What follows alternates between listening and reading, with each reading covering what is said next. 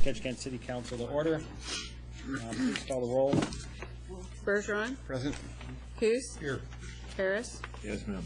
Carlson. Here. Olson. Here. Severson. Here. West. Here. Please join me in the Pledge of Allegiance.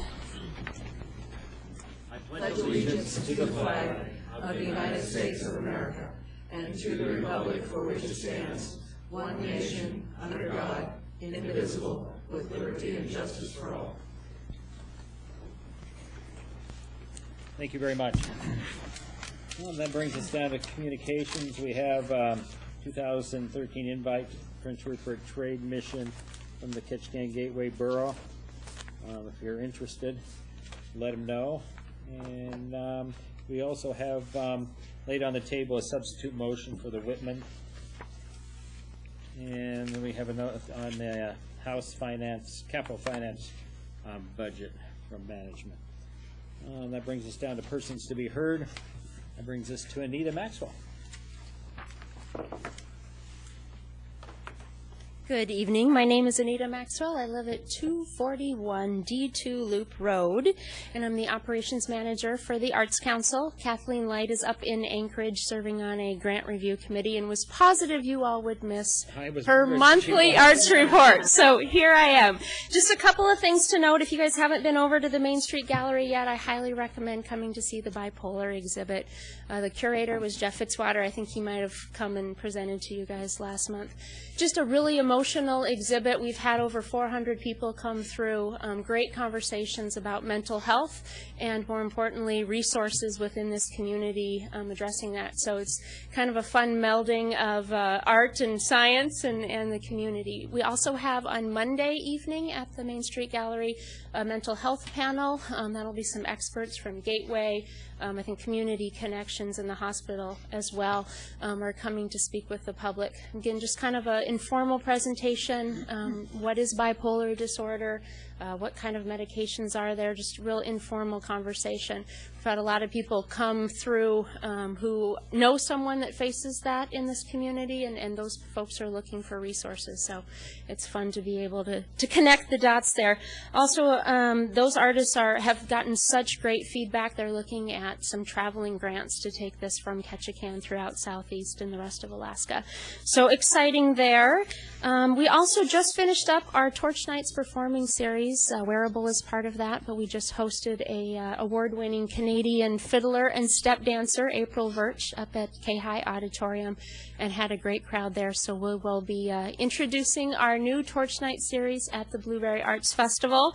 Up next is Celebration of the Sea Art Walk. We always have a great showing of local businesses that attend and participate in that, opening their doors to local artists in the community. Included in that, I would like to invite you all to the Blessing of the Fleet. It's something that Kathleen, with the help of many community members, sort of reinstated the last couple of years ago. So that'll be 5:30, Blessing of the Fleet. That is May 3rd, so the first Friday in May.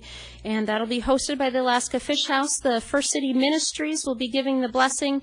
The Coast Guard has generously volunteered to present the colors, and then the Ketchikan Fire Department Pipe and Drums Band will be there as well. We'll be having a reception at the public library to highlight all of the fabulous public art that is now in the library. Those artists will be on hand to sort of talk people through the idea of the concept to how that looks hanging up in the gallery. That'll be followed by a public art tour. Terry Piles has very generously offered to host a public art tour, and that'll include a sneak peek at the salmon that he's working on that will replace the Yeltatsi salmon that was there on the creek. He is, according to him, on schedule. He's been working with thousands of colored tiles and is really excited about that piece. So we hope to be able to unveil that piece at 4th of July.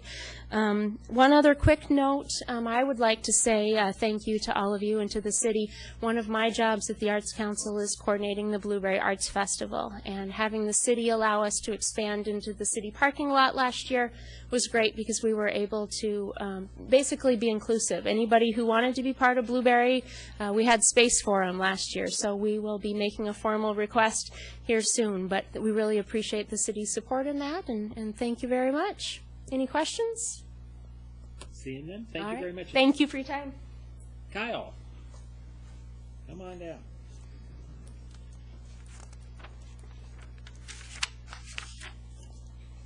Thank you, Your Honor, and thank you all, excuse me, for your service. My name is Kyle Johansen. I live at 425 Bauden Street here in Ketchikan.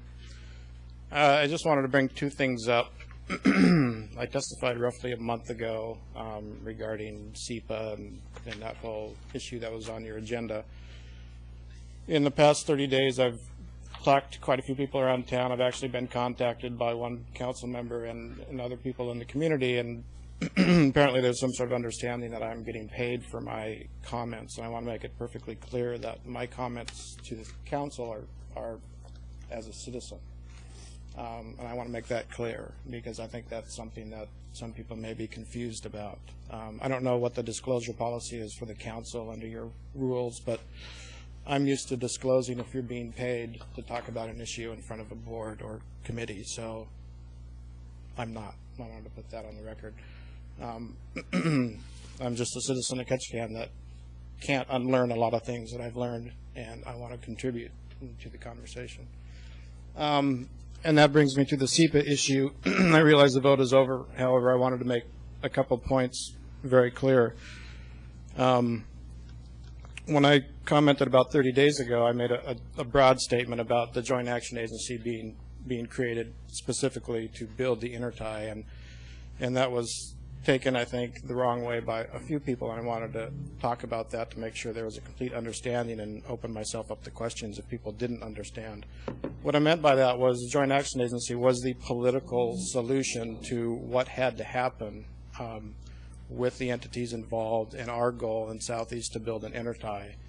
And obviously, with all of the people that an entity has to report to bond, the SEC back east and all the FERC issues, that Joint Action Agency had to have all of the things, the long-term plans, the backups, all of the things that it had to have to be a legal entity that you could bond for. That was obvious, and I didn't mean to say that Joint Action Agency, wasn't a working entity. It's worked perfectly. And the people that run it have done a fantastic job. And for what it's built, I believe that it is maximizing what it was intended to do. So I just wanted to make that clear that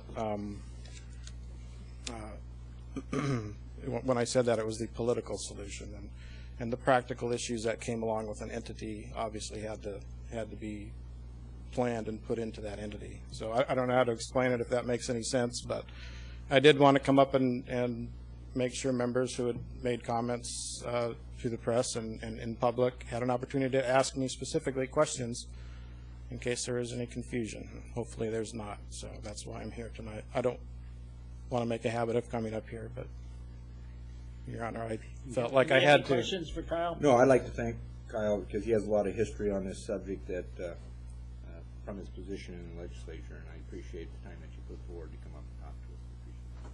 Thanks. Thank you, Kyle. Thank you, Your Honor. Anybody else want to address the council tonight?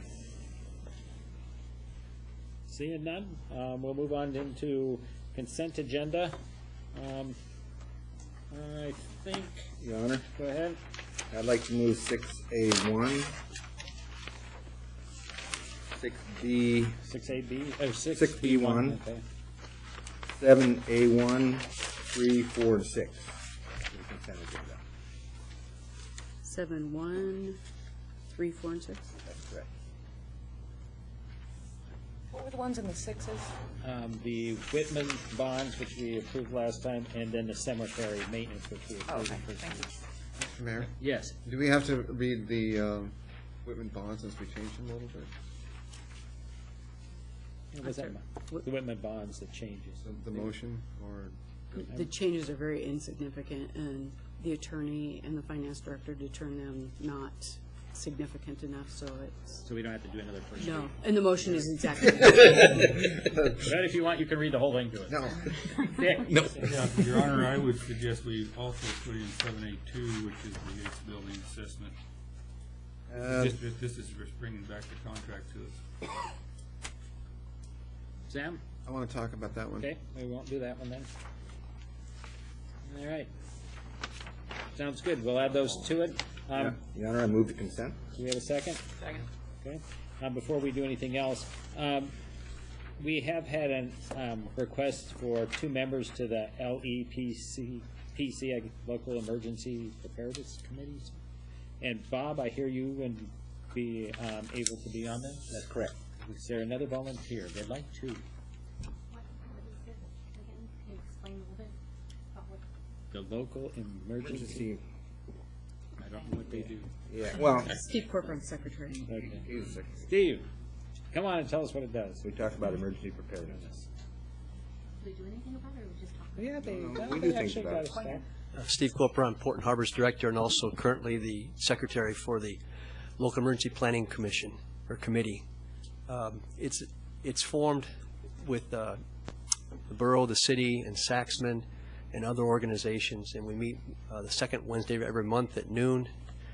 We have been meeting at Fire Station 1 in the 3rd floor. For the summer, we're going to move back to the borough assembly chambers because of the parking situation downtown. But we work on the emergency action plan.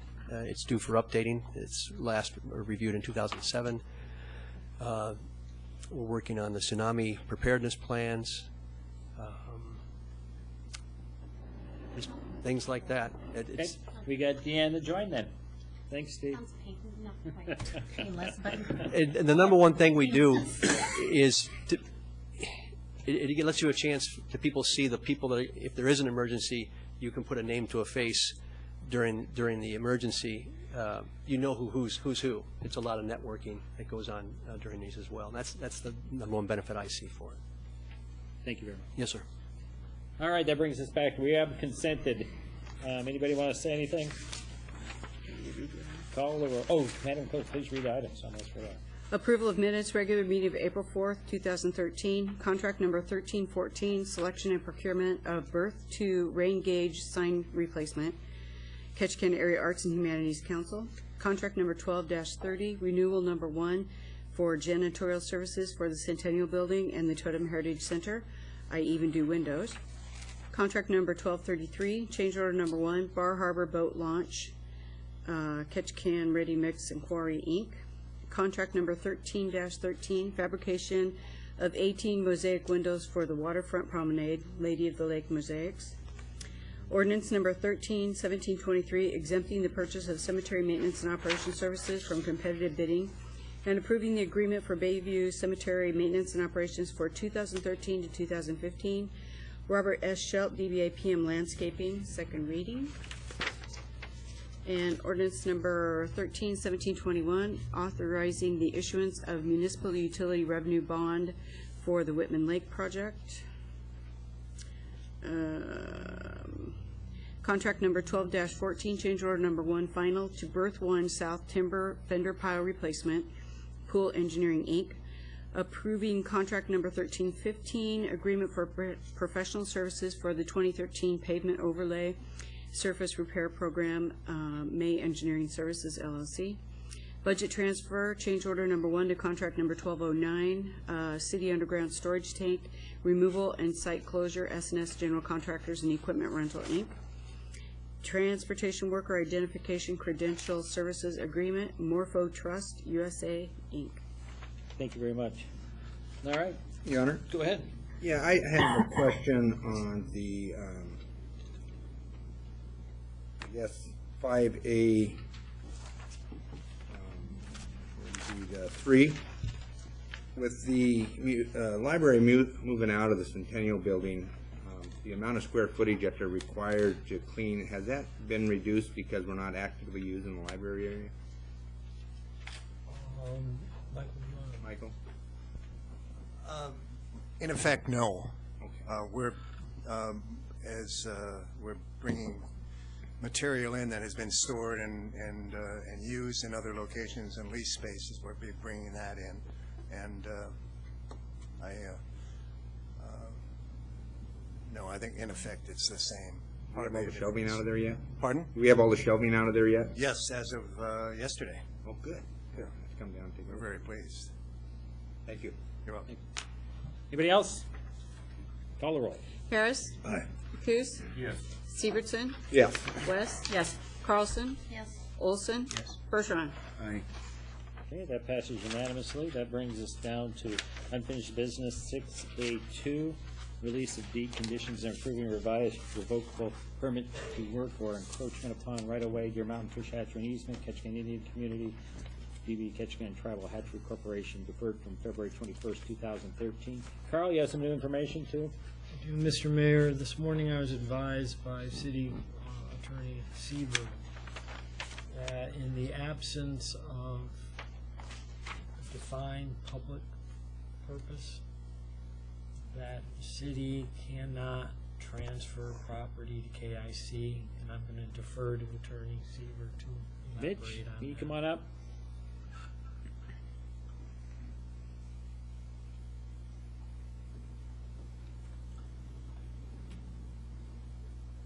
Before we get started here, Mr. Mayor, Yes. I'd like to disclose that I'm a KIC employee, and I'd like a ruling from the chair whether I have a conflict of interest or not.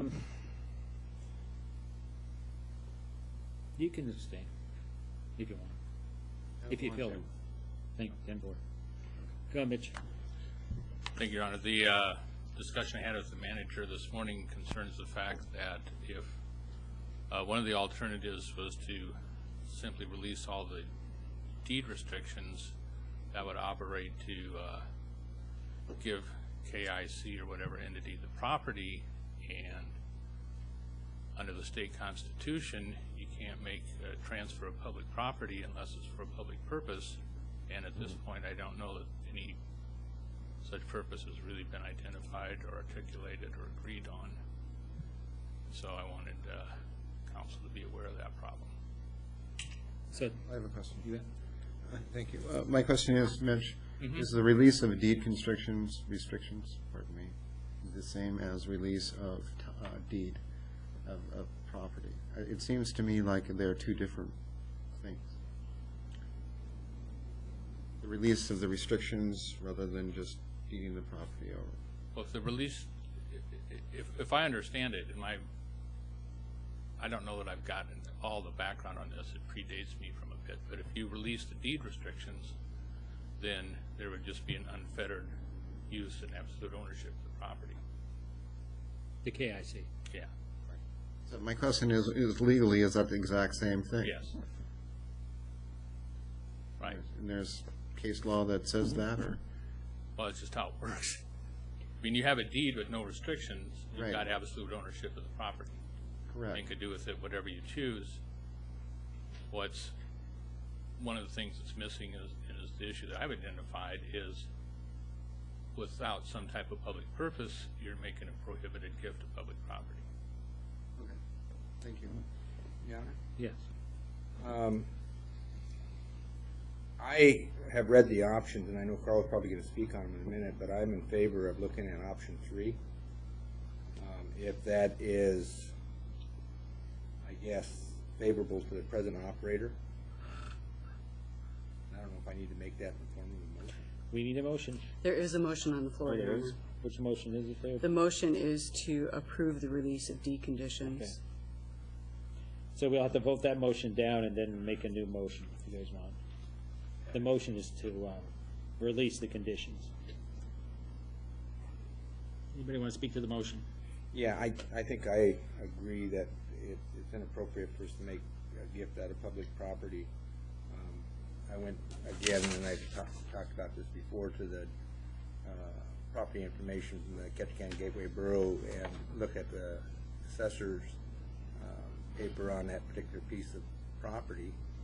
And right now, the total value under the assessor's information is $875,200. Land value being $144,500.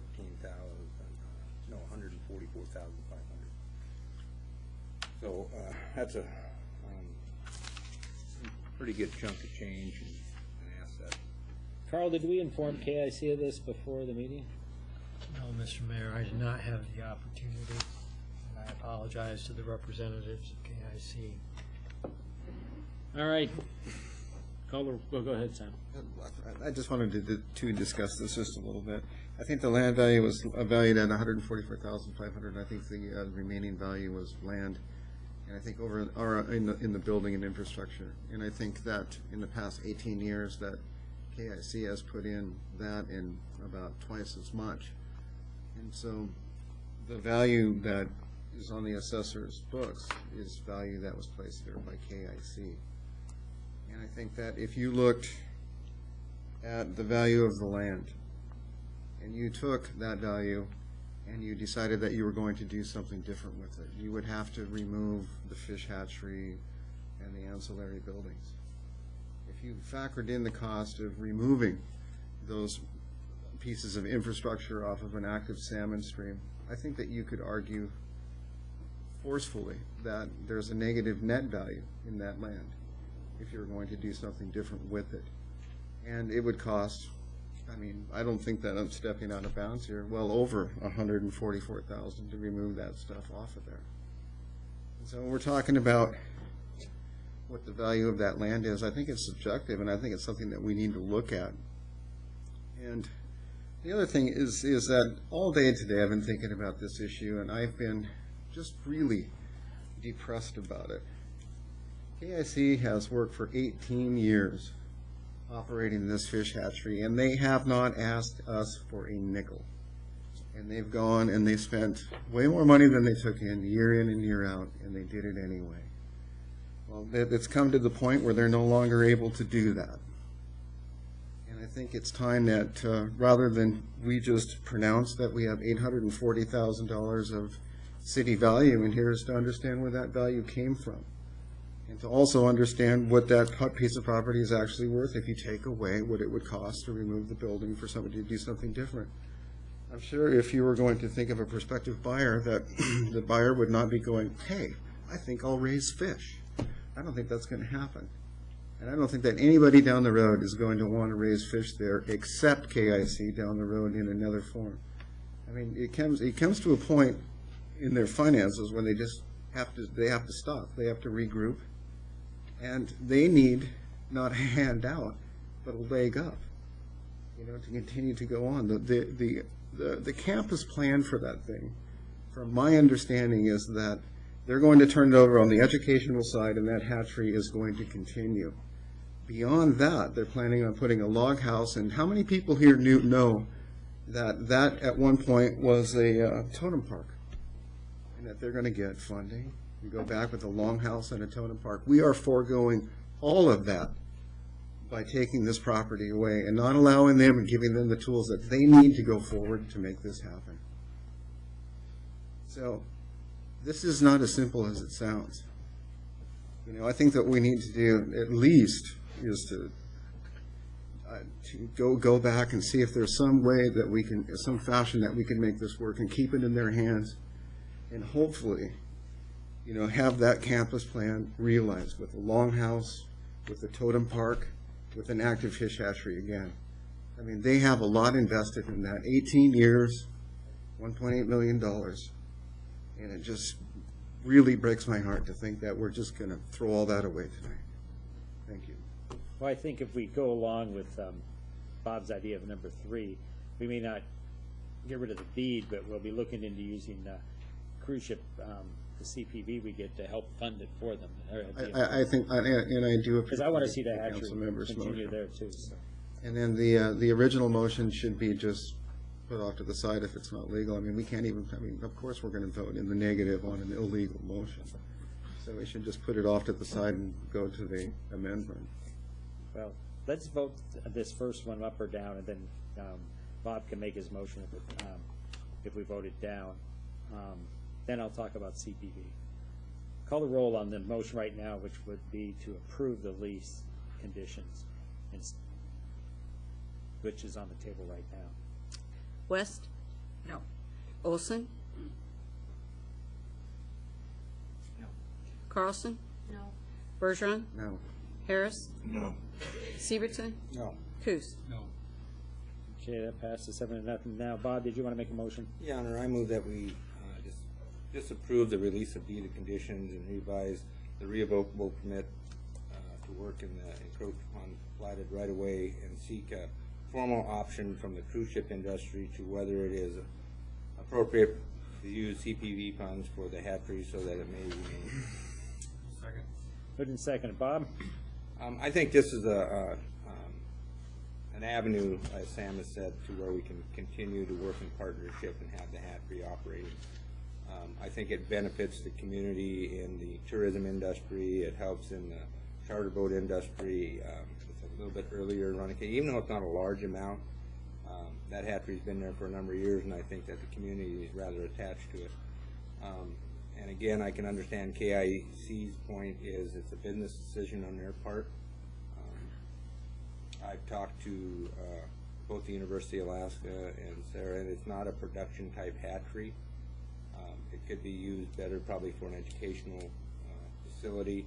The University of Alaska, I think, has moved a lot of the resources out of Ketchikan to Sitka, but if we were to put something together, maybe they would come back. So I'm just open to avenues to make this thing work. Anybody else? Sam? Just another quick point. First of all, I'm in appreciation to Councilmember Severson for letting us bring it forward, and I'm going to be supportive of it. If it wasn't illegal, I would go for option 2, because I think that the folks have put in so much money into this thing that I don't think it's giving it away. I think they've already earned it. But the other thing that we need to consider, too, is that KIC, because of the budget cuts from the federal government, we're entirely federal, or 99%. Those budget cuts have hit us particularly hard. Discussions with management, we've lost in upwards of 20 people. If this hatchery closes down, that would add another 2 full-time equivalents plus 3 or 4 people that work in the summer.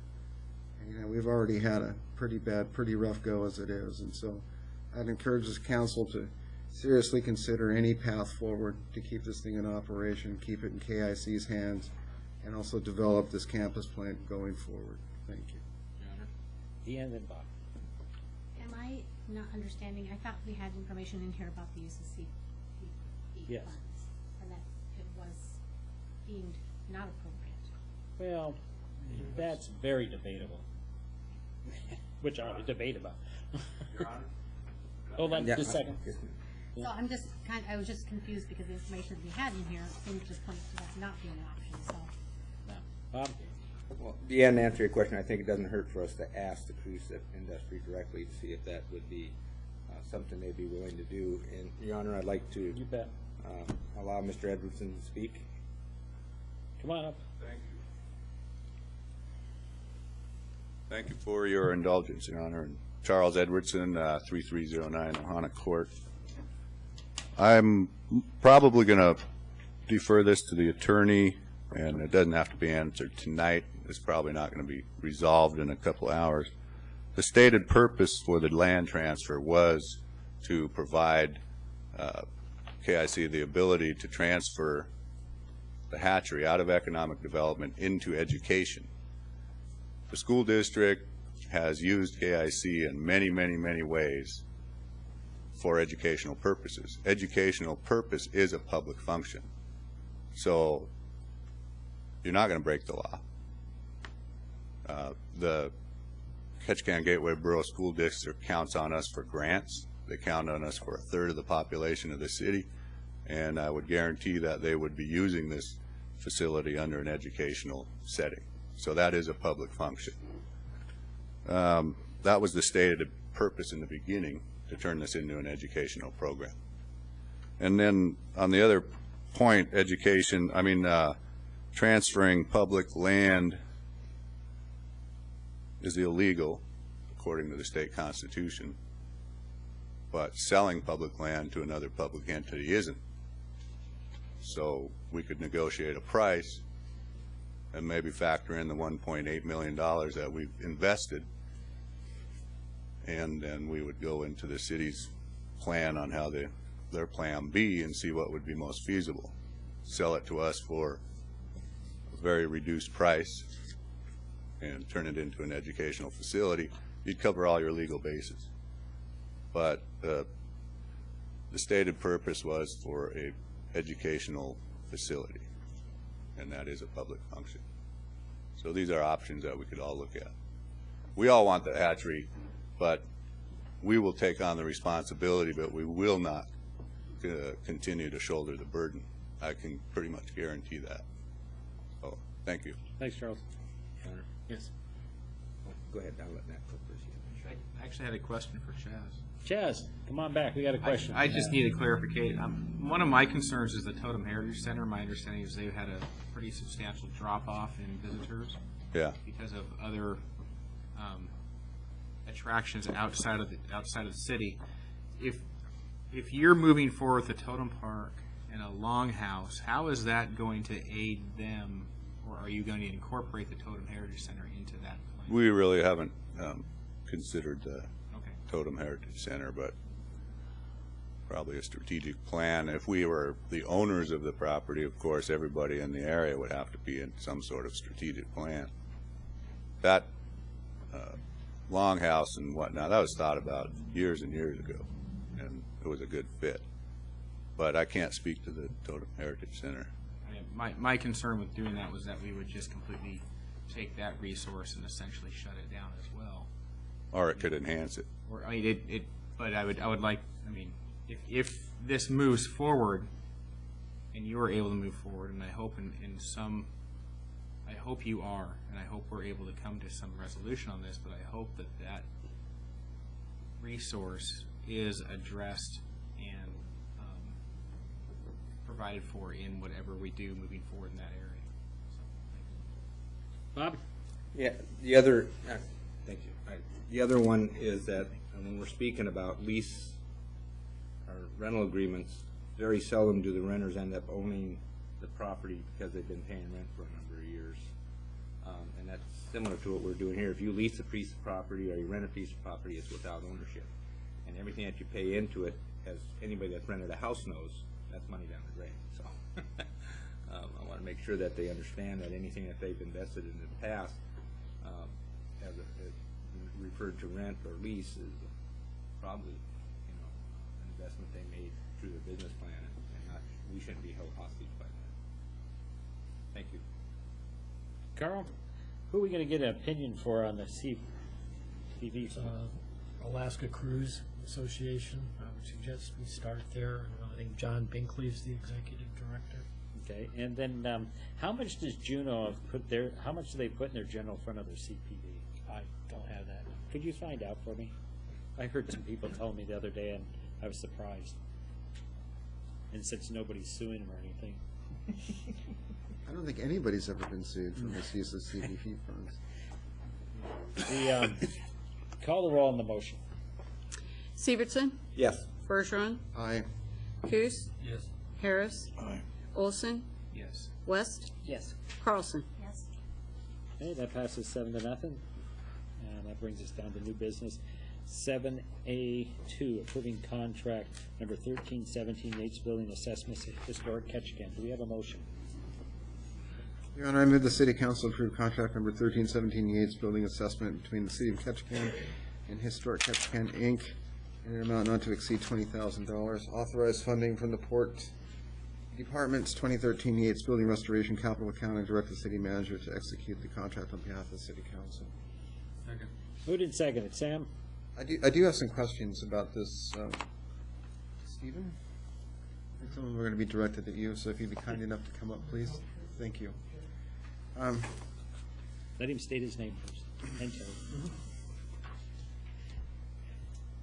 State your names for the record. Stephen Reeve. Thank you. Terry Wanzer. Terry Wanzer, 435 Hillcrest. Thank you. Okay, can I grill these guys now? You can grill me. Okay. Go for it.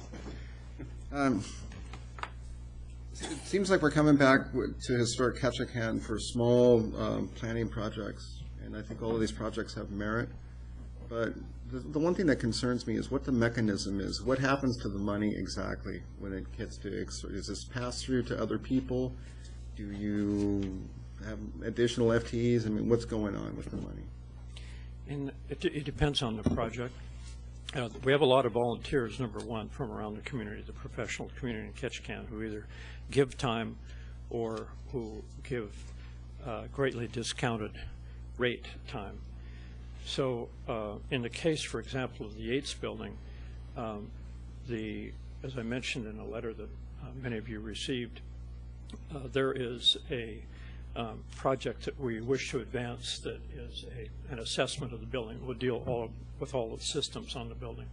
And we will call upon the professional community team of people to put this assessment together. It will include everything from electrical, mechanical, and hazmat, and the rest of the details of the building.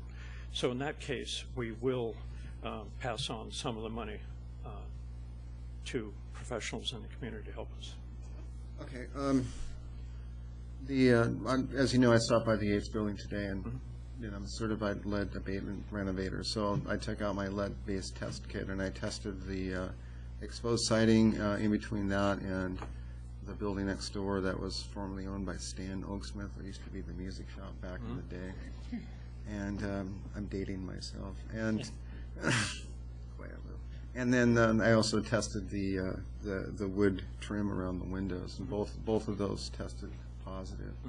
And that would indicate that there was lead-based paint surrounding that building. Are you aware of the challenges in abating lead-based paint and doing renovations to it, and what the renovations and repair rules are, and how much expense that could add to this project? Yeah, I think both Terry and I have been through this with probably a dozen buildings in town. 75% of the homes in America have lead-based paint, as you know, so it's a common issue, and we have to address it, and there will be an expense associated with it. And I appreciated you doing that today, and as I mentioned to you after you sent me that note, I'd also sent up a portion from that sidewall to the lab in Anchorage just to see what it is, and hadn't heard back yet, but I assumed it was lead-based. And we'll have to, that'll be one of the many hurdles that we deal with and that we're prepared and committed to deal with on the building. Well, even regardless of lead-based paint, I think that the building itself is going to be challenging as far as a financial project. It's in need of a lot of repair, and to get it up to code. I mean, I don't know what these things are, but you only have an idea of what the challenges are, and it's going to be very challenging. But Terry, especially, I think you can appreciate lead-based paint stuff. I mean, if you get out of line one time, especially on a project where everybody's watching, the competition could be watching. So there's microscopes and people, and so it makes these kinds of things very challenging. And I can tell you that I love that building. I walked in there, and if you go into the alley side on that thing, and you can look up and you can see what that building used to look like, it is a beautiful building. And good luck in getting in fixing up. So what's our deliverables? When are we going to hear a report back on this? We'll report. We can report monthly if you'd like. We can report out whatever period you'd like, and we tend to do that with all of our projects. I think we said at the beginning of all of this, we've seen in communities across the U.S. where nonprofits have worked with municipal government, and that's the way you get a lot of these things done. We try to do a lot of this by volunteers. We bring the best people we can at the lowest prices we can, and we need to deliver the goods for you. We need to show you that we can produce, because you've put your faith in us on a couple of projects now, the waterfront project and this one. And we want to report to you well, and we'll see to it that we're very professional with you in our reporting. Well, the one thing that I would like to hear in the near term is how expensive it's going to be in just a budget amount, not in a bid amount, what it's going to cost to remediate that lead-based paint. Obviously, we have to either remove all of the siding or we have to scrape that stuff off. Sam, just as you know, there are several different ways to remediate. You can encapsulate, you can remove, you can take the Romanco containers and ship them south. In the case of the Bodden Street Apartments and 420 Water, you elected to take those and use them at your authorized landfill. Whereas when I did my project, I wasn't able to do that. I had to spend $150,000 and send it south. So there are ways to remediate that are challenging, but we have been through it, as you said. As an owner of historic properties, I have witnessed this firsthand. Yeah, I own a historic property. That's why I look so fatigued all the time. So, Anyway, the thing that I'd like to know too is that texture stuff that they put on the outside of that, I mean, a decision is going to have to be made, I think, in the near term to probably just remove the siding because it's going to be too expensive to take that stuff off and to remove and replace. But I'm interested to see if it's viable, what it's going to cost generally, and to see what the funding environment is. And I hope, like crazy, we get to say that building. That is a historically significant building. It has a lot of history. It's right in our downtown corridor, and it's really a beautiful building. Thanks.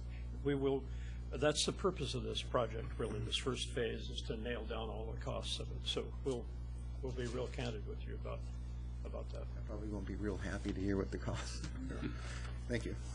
Thank you very much, Sean. Anybody else on the council? Call the roll. Coos? Yes. Bergeron? Aye. West? Yes. Harris? Aye. Severson? Yes. Olson? Yes. Carlson? Yes. Okay, that passes 7-0. That brings us down to 7A5, 2012-2015 collective bargaining agreement between the City of Ketchikan and Public Safety Employees Association. Do we have a motion?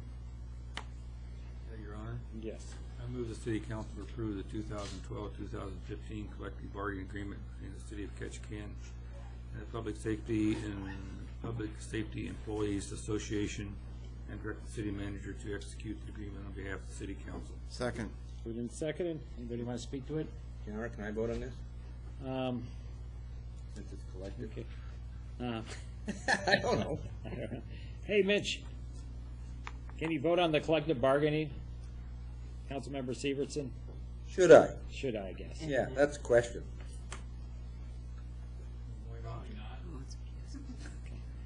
Unrelated to something that sounds official.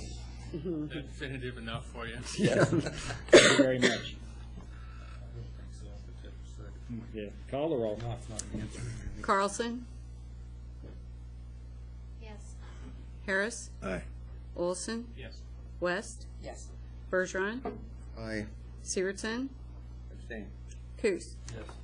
Okay, that passes 6-0. That brings us down to new business 7A7, negotiation of contract 1250 project management services for the Ketchikan Medical Center addition and alteration project, Dow HKM. Your Honor. Go ahead. I move the City Council authorize the city manager to negotiate a contract number 1250 project management services for the Ketchikan Medical Center addition and alterations project with Dow HKM of Anchorage, Alaska. Said contract to be submitted to the city for formal consideration and approval. Second. Moved and seconded. Bob? I'd like to thank staff for a well-organized interview and selection process. I think it went very well. We had good representation on it. All the contractors had strengths and weaknesses, and I think that moving forward with Dow will be a positive experience for us. Mr. Mayor. Go ahead, Sam. I did have a chance to read Dell's proposal. I can tell you that, wow, these guys are really something. We're in good hands here. I would encourage the council to vote in the affirmative on this issue. Anybody else? Call the roll. Bergeron? Aye. Severson? Yes. Olson? Yes. Carlson? Yes. Coos? Yes. Harris? Yes, ma'am. West? Yes. All right, that passes 7-0. That brings us down to new business 7B1, implementation of a meter-based system for water division. Your Honor. Did I tie to somebody? Somebody else can do it. Go ahead, Sam. Okay. I move the City Council direct staff to take such actions detailed in the Finance Director's April 6, 2013 report regarding the implementation of a metered-based system for the Water Division as determined appropriate by the City Council. Do we have Second. Moved and second. Sam? Do we have $5,390,000 to put these meters in, Mr. Manager? No, Mr. Mayor, I don't. Your Honor. Okay, well done. Okay, who's the mayor? No, he's the Who's the mayor. mayor? I understand. I come to these meetings tired. We all work hard. So I guess the point here is that we need some meters somewhere, and I think it was the last option, if I remember right. You want to run with this one? Either way. Go ahead. I believe that the I recommendation. guess Sam is the mayor. Yeah. That Sam's the mayor now. Your Honor. Go ahead. I think the recommendation to start with our large commercial fish processors, our an appropriate way to move into this. The cost is going to be much cheaper. It'll start us in our system, and we'll continue to evaluate where to move forward with that. As they have indicated here, there probably wouldn't be a need to bring a meter technician on at that point for the number of meters that we have, and for the cost of meters, we may bring an extra meter into stock, so if we had problems, we just change one out and ship the other one out for maintenance. There's going to be a small cost associated with it, I know, but I think volume-based metering is the fairest way to do it for both the city and the customer. There's an incentive to conserve, even though that we don't have a great shortage on water. The water that we do supply does cost us for every 1,000 gallons, and we want to try to reduce that treatment cost. And even though that there's some indication that maybe they don't use the whole infrastructure system, we do have large storage tanks for pressure. We have supply lines all the way to the west end, and so if you to be fair about it, the system is in place for our customers regardless if you're right next door or you're 10 miles away. But I think that moving ahead with a metering operation is a step forward in our rate structure and resources here in the community.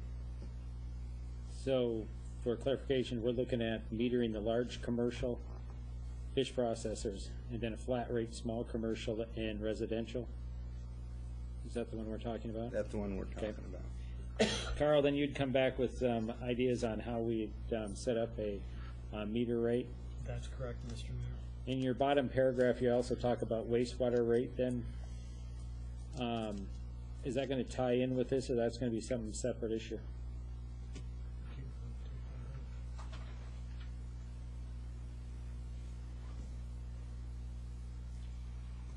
It's going to tie into it, but it will have to be done separately because the wastewater rate is set by a different section of the code.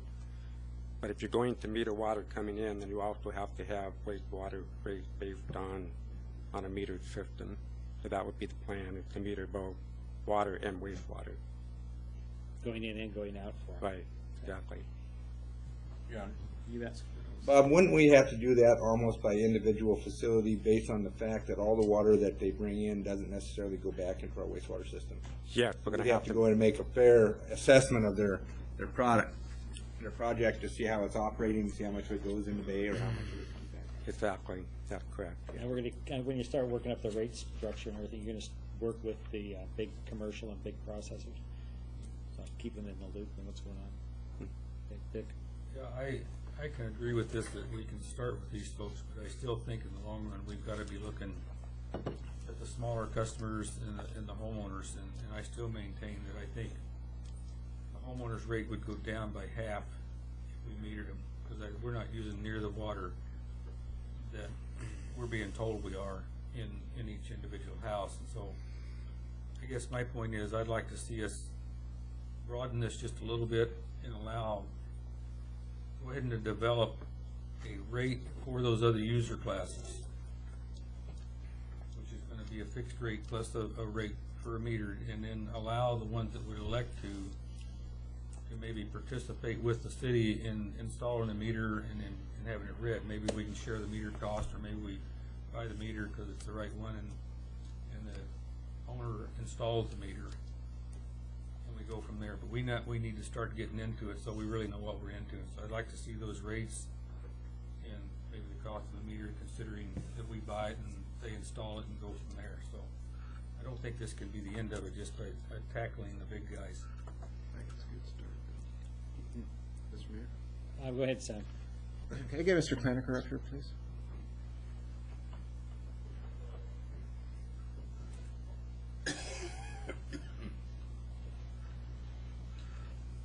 John. Back in 2005, I built the True North building, and the water department came by and encouraged me, and I don't remember this, and so I'm tapping your memory. Did I pay for that meter myself, or did you guys give it to me? We provide the meters to anyone that's willing to have them installed. So you provided it to me? Yes. Okay, I would have paid for it. I think that metering is ultimately the solution. I think one of the things that we need to tackle in this agenda item is going forward. If you build a building or you build a house, get a water meter from the water department and put it in while you're building it. I don't think it cost me anything. I think it was a little change order from the plumber. I don't remember, but I do remember putting it in, and I'm glad that I have it. And I would hope that we would go to a metered system, because by golly, we don't use hardly any water in that building. I mean, true. And then so I think it's fair that if you use a lot of water, you got to pay for it. I think if you use a little bit of water, you should pay for the little bit of water that you do, plus the infrastructure. You know, I'm always thinking about when the water main breaks. You guys are out there in the dead of night. It doesn't matter what the weather is. It doesn't matter. You're there fixing it. And that's part of the service. And so I think that we need to really get a handle on what's fair within our water metering system, what it costs to generate the stuff, what those fixed costs and program costs are going forward, plus our infrastructure, and get that out there and make it fair for everybody. I mean, on the True North building, which is the one that my wife and I own with our development company, I would love to be paying the metered rate, because we would be paying less, and it's fair. And so I'm excited to see that we're at least starting down the road to metering. Thank you. Now, the only concern I have is, you know, we all want to see residential, but we don't have the $5 million to buy everybody a meter. I think starting with just what we did here and then expanding, maybe getting more into metering in phases, then go into small commercial and work with some, and then come up maybe with some kind of residential thing. But I think we're jumping the gun. I mean, let's do this in steps and phases, and this could be the first step. I mean, everybody wants all the residential meter. That'd be great, but like you say, we don't have $5 million or whatever to make it happen. So I say just take it at a time. We got Marty, Deanna, Matt. Yeah, I was just going to agree with you. I can see a good argument for having the meters, but how much are we going to have to raise the water rates to pay for $5 million worth of meters? I mean, I think that defeats the purpose of trying. We're already losing money in the water department. Deanna? I just wanted to get clarification. Are you saying to implement this starting with the fish processors first? No, large commercial and fish processors. Large commercial and Yeah. fish processors. So what constitutes a large commercial? I mean, I know what a fish processor is, but Here he comes. Any customer that does more than 50,000 gallons per month be a large commercial. And then we'll have our first ever metered rate with those guys, and then we can work into expanding that, and then we can go into small commercial and whatever. But I hate to see us try to jump all this in once. I mean, no. Okay. That's just my opinion. Right. I don't Okay. Matt wants to go. Then we got Bob and Dick. I'm really not too in favor of a meter system. One is the cost. The other one is I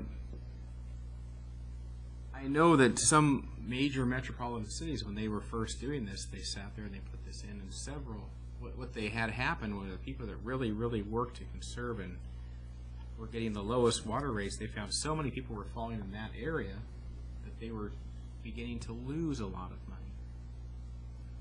And they came back, and the decision wasn't, they couldn't sit there and say, well, we can't have this shortfall. They had to come up with somewhere. What they ultimately wound up doing was raising the people who were using the least, because that was the biggest group.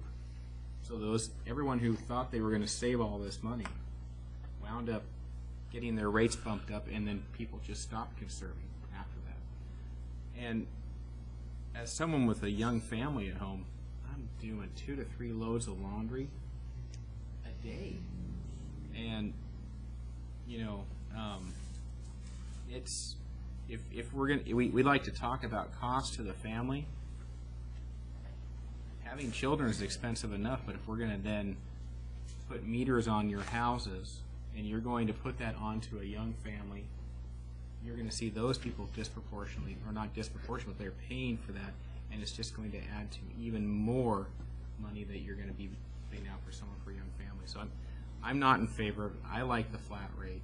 I think we have to take care to protect our commercial users, and we have to take care to protect our home users as well. But I think the metering with all the associated costs, I just don't think it's ultimately going to work out. I think it's going to add to an expense and add to infrastructure that we eventually will abandon. Bob? Yeah, if you look through the report that we received, our problem right now is not with our residential customers. And all we're trying to do is cover our cost of service. And on a larger volume, just the diameter of a pipe doesn't make sense to build by that. And I think that Juneau has been struggling with their meter system for residential users also. And you're right, Matt, there is probably that fear that somebody will get real conservative and we'll lose revenues rather than gain revenues. So it's a very important thing that when we go forward with this, we do it with forethought and look at these reports and consult with experts to make sure that we do it correctly. But I think that for our larger users and our potential larger users coming into the community, that metered rate, they know exactly what they're doing, and they have an option to trim their bill by conservation. Dick? Yeah, and I'm not advocating spending $5 million, even though I think that's a blown-up figure. I'm saying set up a rate that's metered for those other user classes. If they want to put a meter on their house with or without the help of the city, give them a metered rate and let them do it. That's all I'm saying. Right now, we're restricting it to whatever. Yep. I like restricting it. Matt? The one thing that I haven't heard in any of this discussion is working with the people who are using a lot of water and seeing if there are ways that we can help them reduce, if there are ways that we can help them do a survey through reduction, do a survey and see if there's ways they can utilize, especially the fish processors, if they can utilize salt water. But what we're getting into sort of a penalty mode rather than working with them, and that's a concern for me. I think we need to make sure that throughout all this, whatever we decide tonight, that the biggest issue to me is making sure that the businesses are able to stay open, that they're able to continue on, and that we have an open dialogue between them when we're working together to solve the issue and not just throwing them under the bus. Yes, Bob.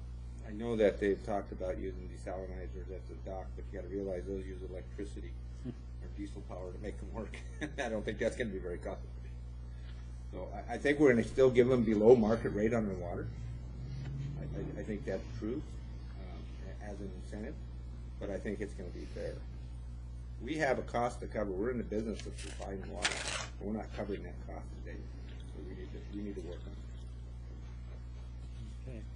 Dick, and then Deanne. Yeah, one more question. I've been trying to read this chart that has some comparisons, and I guess it's there, but I'm still unable with this proposal to compare what are the large users going to be paying per month with a meter versus what we're charging them right now. Do we have anything that says that? They're going to develop that rate yet. We wanted to get direction from the council before we spent a lot of time trying to. Okay, so we need to know that before we can even move forward.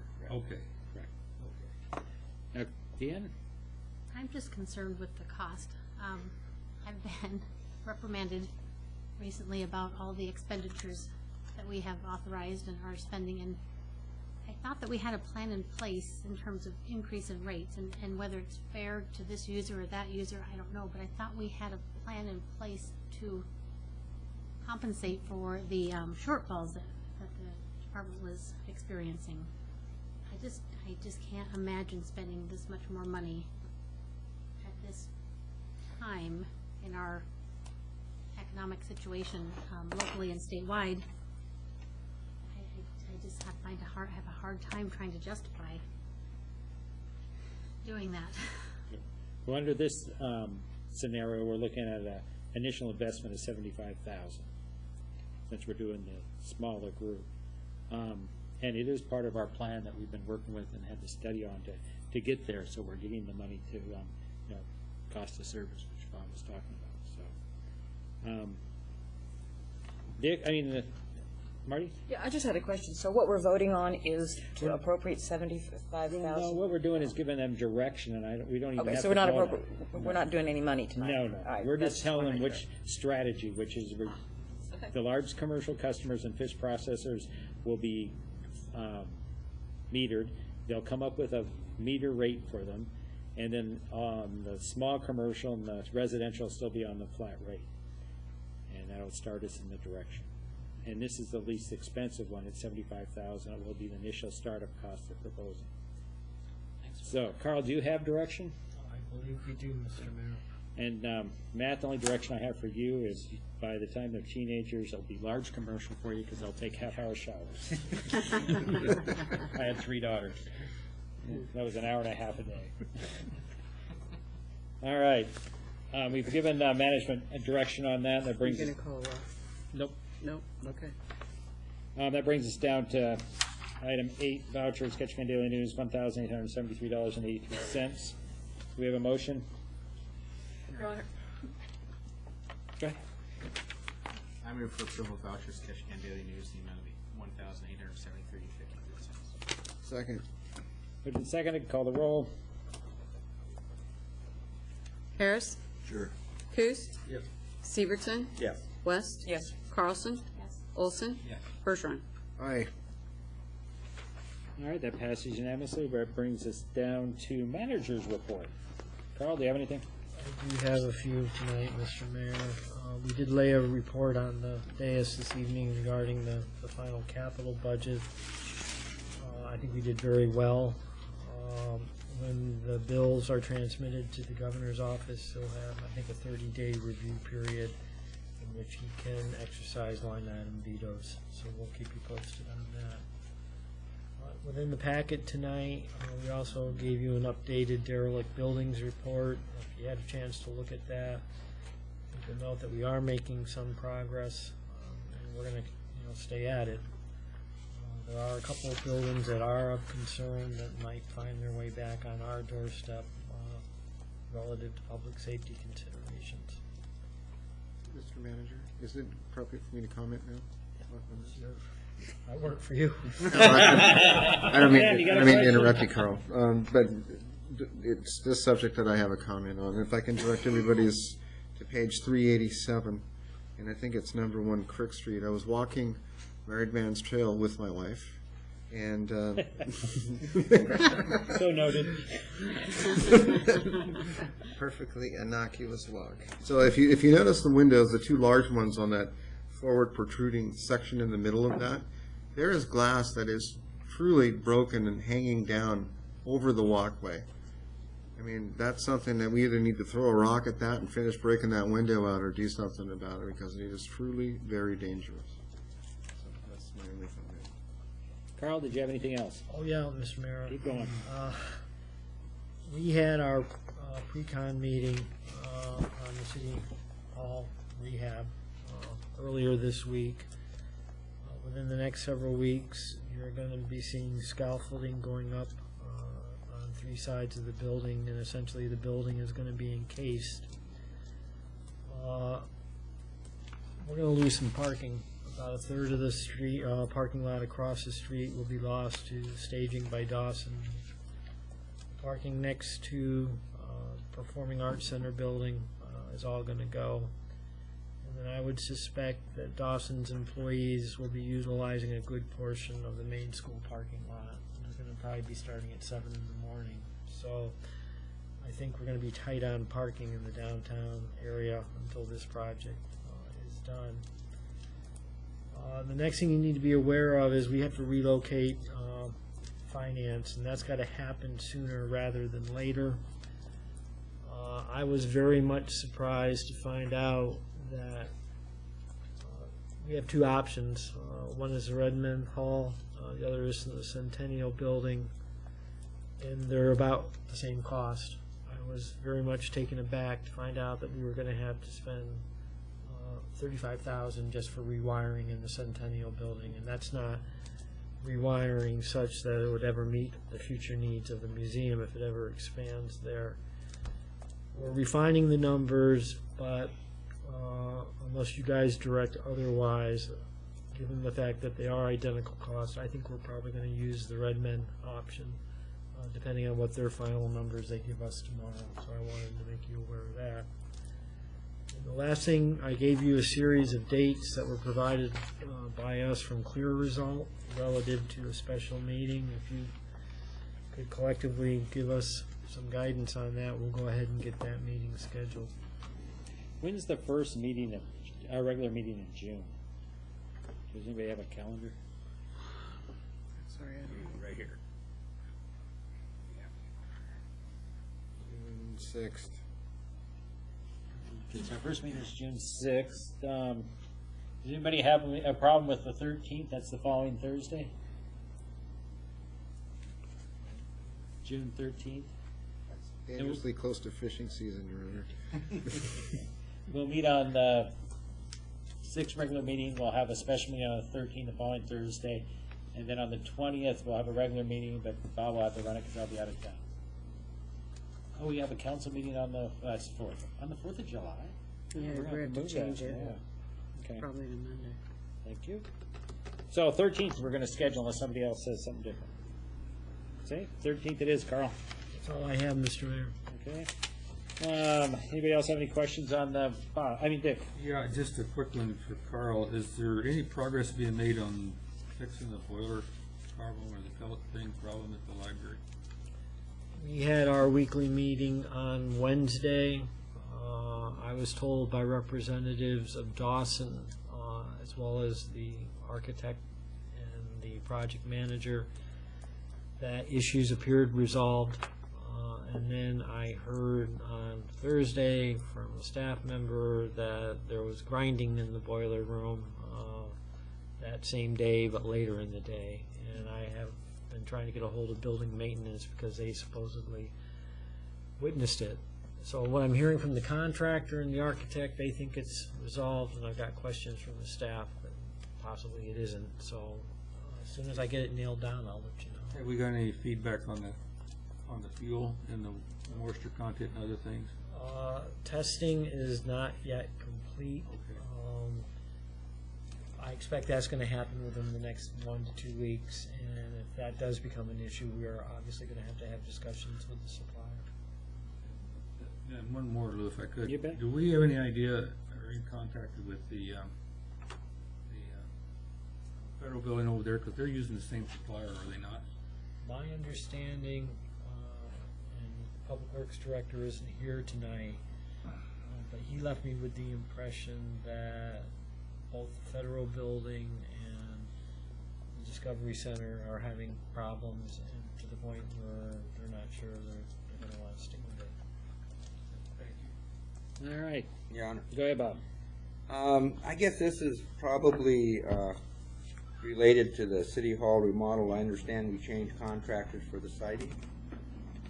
Is there, Morgan, do you want to come up? We have kind of let me know what's going on with that?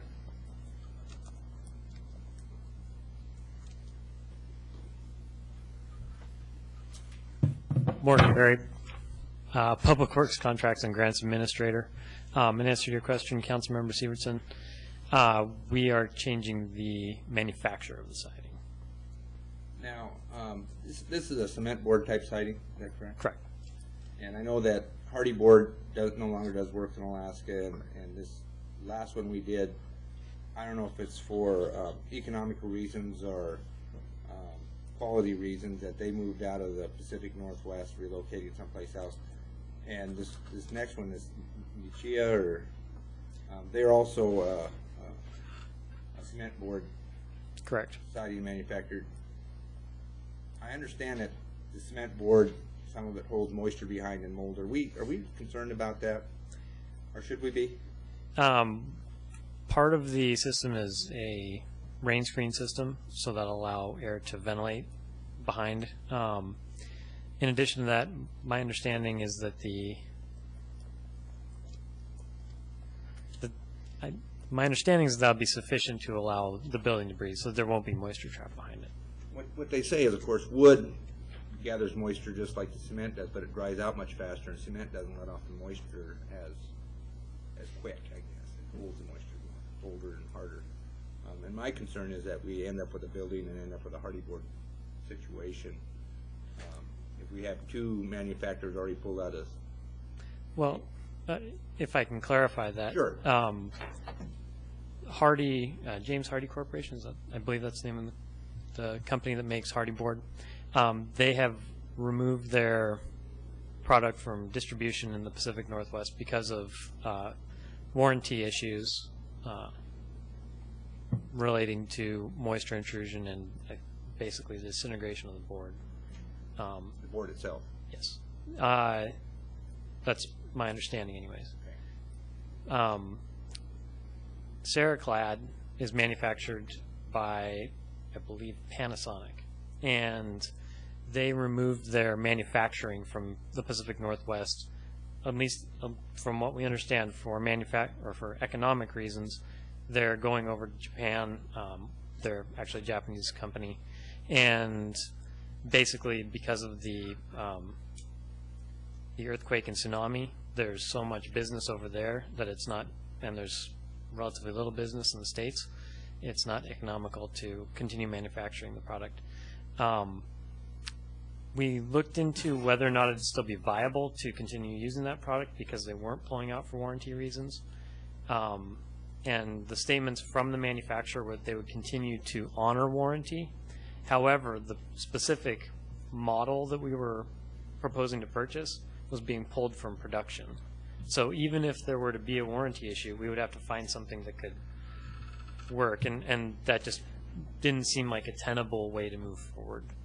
The Nichiha product, they have a number of different factories in the United States, in addition to having a substantial stock on hand on the Pacific Northwest. Now this is more of a square panel rather than a horizontal plank, or? It's very similar, actually. It's the Ceraclad material is a vertically oriented panel. This is horizontal, and it's a rectangular panel. It's roughly the same size. It might be a little bit longer, but pretty similar. From what Dawson has told us, the material itself is a little bit less expensive. There's a little bit more labor involved in installing it, so it's basically a wash. This you got to paint this with a latex-based paint, just like you do with any other cement board. I believe it's pre-finished. Yeah, it's a pre-finished material, and we're ordering one of those. Where the proposed color is one of the stock colors. Okay. Thank you, Marty. Dick? Yeah, I guess along that same line, it seemed like we were having challenges with this siding on here. And I don't know why we just don't take on the side here and then the back and just match up the fire hall with metal siding. You know, 99% of the people are not even going to know it there. The front of the building is still going to be historically done the way we're going to do it, and it would just seem to me in the long run we'd be better off just putting whatever type of insulation you're going to put on there and metal siding over the side of it, the appropriate color. They'll never know. We informally discussed that, and the concern was that metal siding in the quantities we're looking at would be actually substantially more expensive. The material itself is substantially more expensive. That was our understanding, or that was what was explained to me. Any other questions? I have a couple. Okay. Look, Marty John had her hand up first. Yeah, Carl, the reports on derelict buildings and structures is really disheartening. Where are we legally on the title to the Bottom Street property? I would have to defer to the city attorney.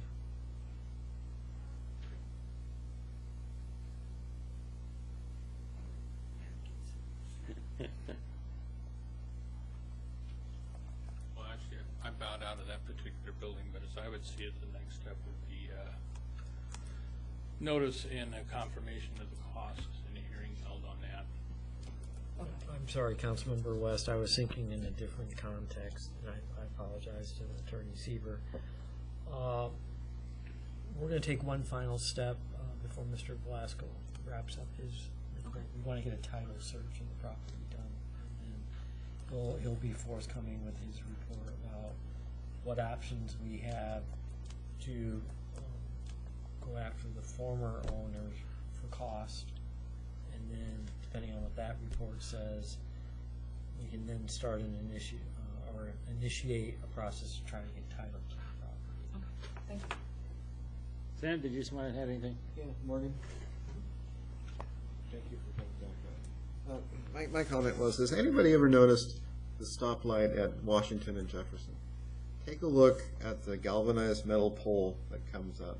You will see that the galvanized itself has been driven off by the wind-driven rain and hail and sleet, and it's rusting. And so my point is that I think that the metal siding comment by Councilmember Case probably has some merit. And I think the cost that you were saying that the metal would be more, I suspect that that's not exactly accurate, and I would hope that you would do a little bit to look into that. The point is that I don't think that a hardy plank type material that's a composite paper concrete is going to hold up better than a piece of galvanized metal. I mean, when it's faced to a southeast wind-driven rain, and you know, it's a good product if you maintain it. If there's water intrusion, then you have problems. And if you have a panel that just butts together, you're relying on caulking and paint to keep that from happening there. And I think on the face of the building, I mean, that would be a fine application. But I think when we're talking about 40 feet in the air, in the alley, you've got the crew there and do it one time. And I think most metal roofs are 50 years of warranty, and I think it's. I appreciate the suggestion and hope you'd look into it. Thank you. All right, anything else on the court manager's report? Seeing none? That brings us down to city clerk's file. Nothing, Your Honor. City attorney's file. Future agenda items. Yeah, Your Honor. Yes. I need, everybody got an email from Katie on the SEPA review that we said we'd do last time, and I'm going to officially let people know I intend to have a motion on the next meeting that looks at that item and intends to rescind that particular item that we did. Just notification. 10-4, shall be done. All right, other new business? I don't think we have any. We don't have, council members' comments, excuse me. KJ, start off there. Well, I would, but I got nothing to say, thanks. Very good. Marty? Congratulations on the capital budget, and thanks to all the people that worked to get it there. Bob?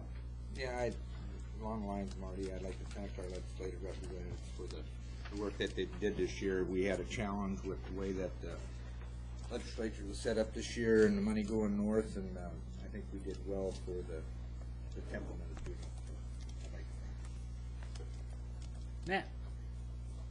I'll just jump on that as well, but I think a lot of the results are also due to staff adequately discussing the issue and adequately laying out the issues of what we need with our representatives and the work that Ray Matuszewski put. Dan? Sam? I think the capital budget for the city was a home run. And I, you know, I said that to the manager before the meeting began, and I want to thank you publicly and staff for the work that you did to secure that funding, and I think it's a really, really good work. And on another note, I just wanted to say that I'm no expert on this subject and on the Second Amendment or any of that stuff, but I do know that I want some commonplace laws in place to keep guns out of the wrong people's hands. And I know that at the federal level there was an attempt to do something and nothing got done. I've run across people out on the trails and that had guns and that I was pretty sure they shouldn't have had one. You know, so I hope at some point that we can do something that's common sense, that can protect the public, protect the people's right to bear arms, that keep guns and out of the wrong people's hands, because there's too many tragedies going on. Thank you. Dick?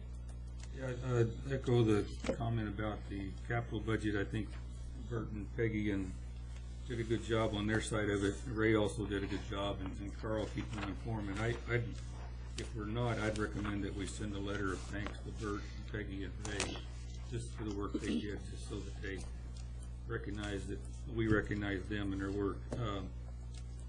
The other comment I've got is I've had a comment from a member or more of the public that relates to the library. And the comment is there's an awful lot of noise coming out of the children's section in over the barriers into the places where people are trying to read books. And they probably need to watch what kind of games get played back there at different times of the day, just so that noise doesn't disturb people, because the library is supposed to be quiet, but I know kids don't know how to be quiet, so the library staff will have to deal with that one there. And the other one, and it's been talked about a little bit, but it's by a number of people, by the use of the back door by the kids section.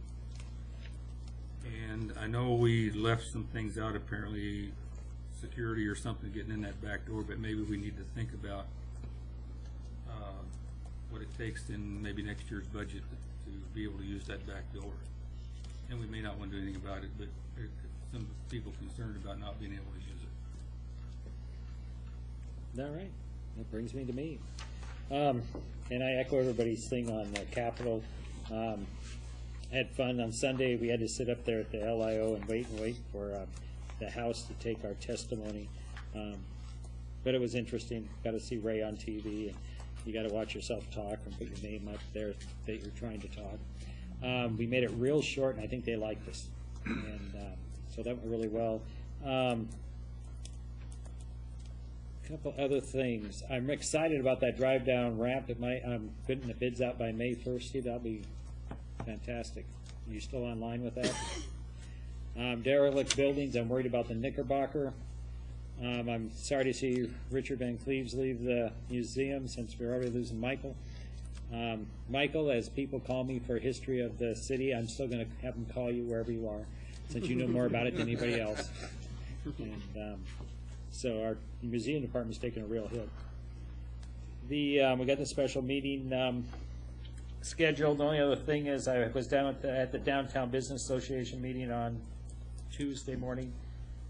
One thing they've talked about is maybe doing a test of closing Mission down there, just between Front and Main, and doing a test of having that as a pedestrian area when just during when ships are in. Especially now, they're concerned with the people coming around the statue and then all trying to cross over that way. The latest information I got from Sue Peters was that maybe it's too much of a rush to get it where we could do it for the season, but one thing is maybe doing some tests to see how that works. The merchants seem to be excited about it, so we might be coming back to you maybe at 4th of July or sometime during the season to have put some bollards up on this side and being able to use that as a pedestrian area, see how it works. So just to give you a heads up on that. I have nothing else. We have no executive sessions. Do we have a motion to adjourn? Yes. We're adjourned. Thank you, everybody.